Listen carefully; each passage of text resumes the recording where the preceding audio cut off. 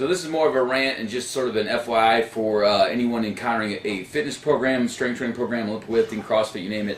But you got to realize the importance of that note-taking process in data. And really, what this conversation comes up a lot when I'm talking with someone who's in a body composition realm, and they're trying to basically burn body fat and lose a lot of fat mass and gain lean body mass. And you know, my confidence and almost arrogance with them at times may be perplexing to them. But when I have data in front of me that I can look at, which is your sets and your reps for your workout, I pretty much know everything I need to know. And think of this as blood work for trainers. When I'm looking at, if I were to look at your blood sugar, blood lipids, cholesterol, blood pressure, things of that nature, all I need to know is your work capacity, your work density, and your progress on paper, and I can tell you if you're improving from the inside out. So physiologically speaking, if you can do X, Y, Z amount of work within an hour, I know on paper that you're improving, or if you're not improving, and where is this trend going? I've seen thousands of workouts in workout notes for clients and athletes, and know what's a proper work capacity for a certain age and ability. What is this person progressing or not as an individual? And so when we see that, we can tabulate and calculate basically their work tonnage by sets and reps and see exactly what's taking place. And is this person surviving and thriving, or are they breaking down and not surviving, or positively adapting to the training program? So backing up to that composition person, you know, in the first 3 months it could be, let's say they were a brand new exerciser with no past history. They came in and they were not very efficient in exercise, and they came in and they could only do about 10 sets of exercising within that hour. And they couldn't get much done. So what they're thinking of is, I want to see numbers on the scale change, I want to see inches change, I want to see body fat percentage change.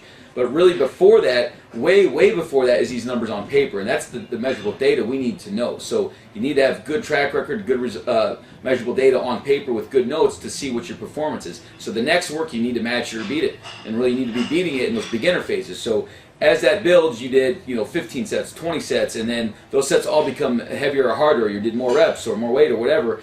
And as time goes on, you can see the work density that is comprised there, and that is perfectly correlated to your composition changes. Perfectly correlated to your composition changes. So sometimes the correlation is not exactly always the numbers you want to see. Sometimes it's amazing. But what you'll see is that the changes from the inside out in terms of improvement in lean body mass and loss in fat mass and body fat percentage is all correlated to that. So very important, and that's why strength is important. Strength is king. Your work capacity is important, and it's king as well. They're completely married to each other, husband and wife, and one drives the other, which will likewise drive the results for fat loss and body composition change. So as you see that, you're able to perform more work in less amount of time, basically, and that's what's getting you to have a higher lean body mass level, which raises your resting metabolic rate, which is going to be burning body fat at rest. And why, someone like me can eat 3,000 plus calories easily a day. I can bust 5,000 calories a day and not gain weight like other people would, because of the amount of lean body mass I've built over the years. So it takes a certain amount of calories just to keep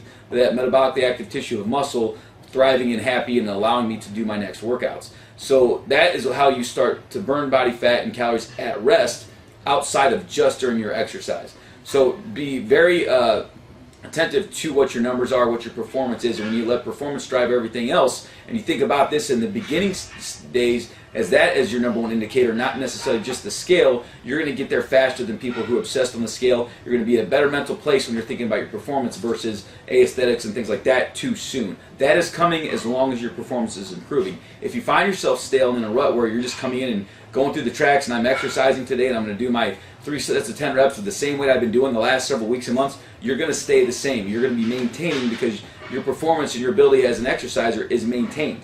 So you're giving yourself no real reason to really make any radical changes, especially basically what you're doing is you're going in to burn a certain amount of calories for your workout, but you're not changing anything beyond that. So it's like you might as well just go do a certain amount of walking or running, which is the same sort of scenario there. Yes, it burns calories, but you're not getting anything to raise your resting metabolic rate 24/7. So it's going to just be a simple game of burning more and more and more calories, or restricting more and more calories as you go to ever get to that destination you're after.